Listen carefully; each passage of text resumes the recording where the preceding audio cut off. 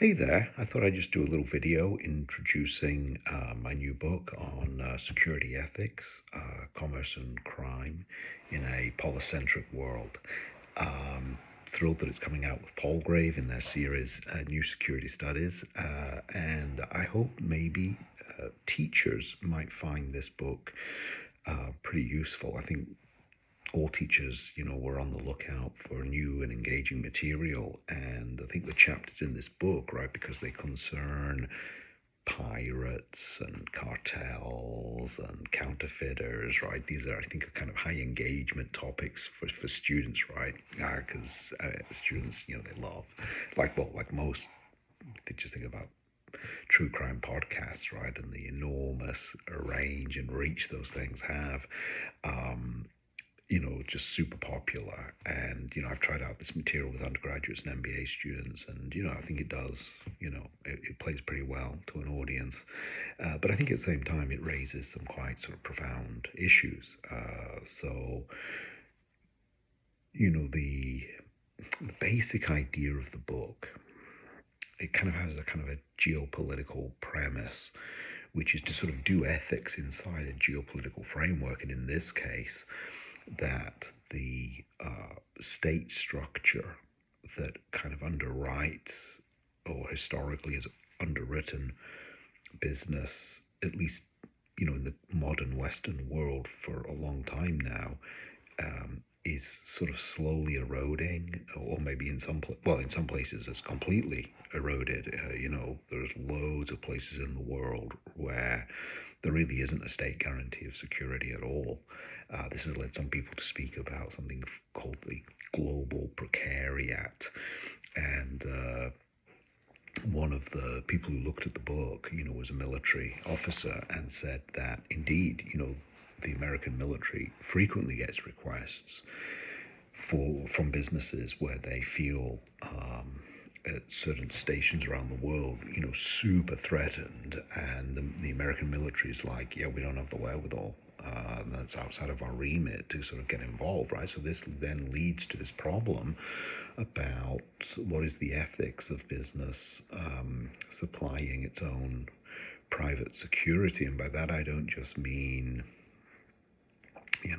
security guards, but as you might see them, in a hospital or something like that, right? But, hard security, right? Armed guards with rules of engagement.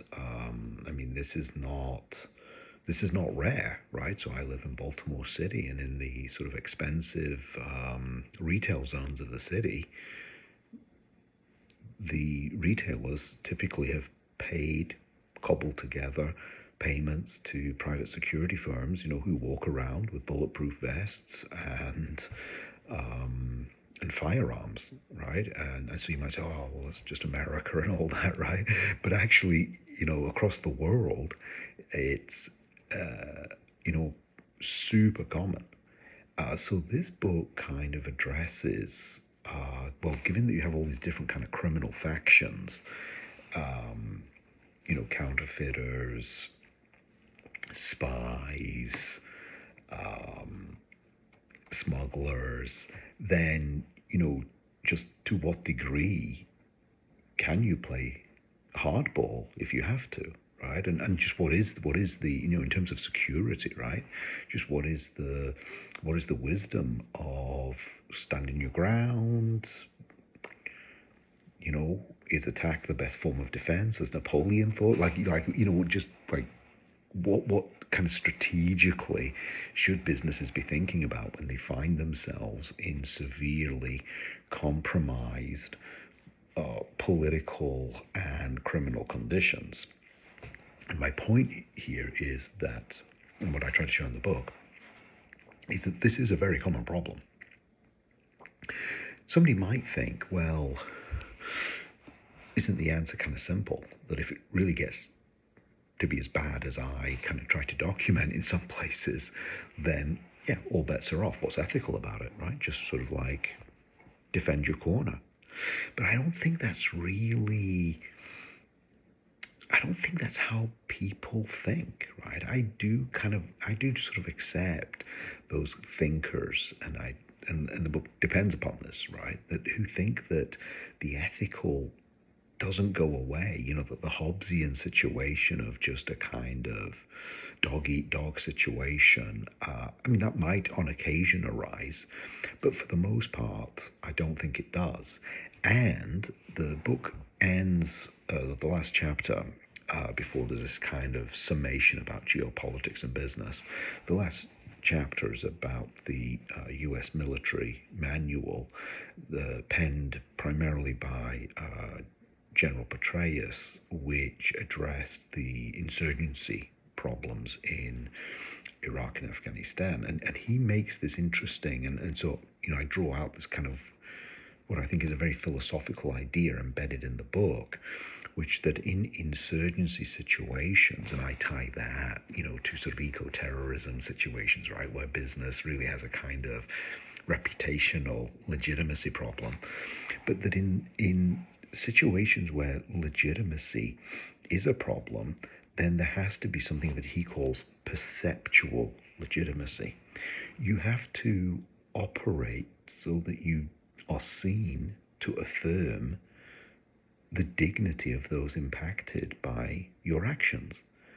So the idea that, I don't doubt that you could manage for a little while, just kind of like using the thumb screws on a population and keeping them at bay so they don't raid your mining facility or your drilling facility or something like that.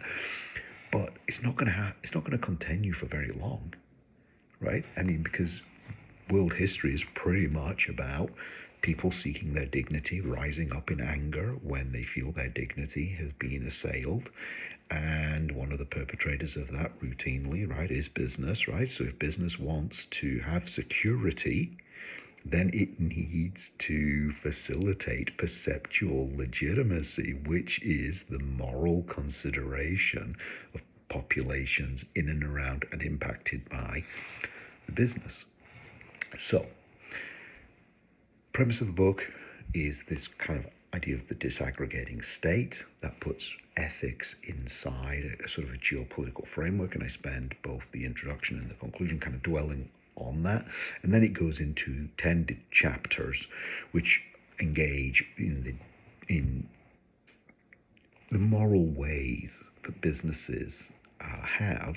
So, the chapters are built from cases, right? Not just sort of thought experiments, but cases that have kind of confronted business managers in how to deal ethically with fragile environments where the law of the state is no real guide.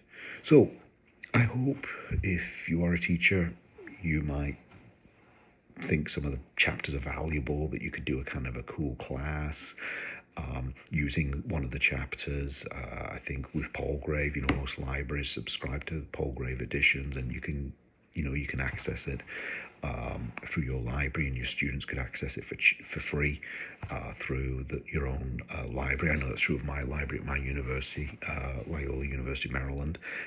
So I'm sure you could do the same. So anyway, I hope you might find the book of some interest, and by all means, if you do try it out with your students and they like it, I'd love to hear about that. All right, thanks a lot. Bye-bye.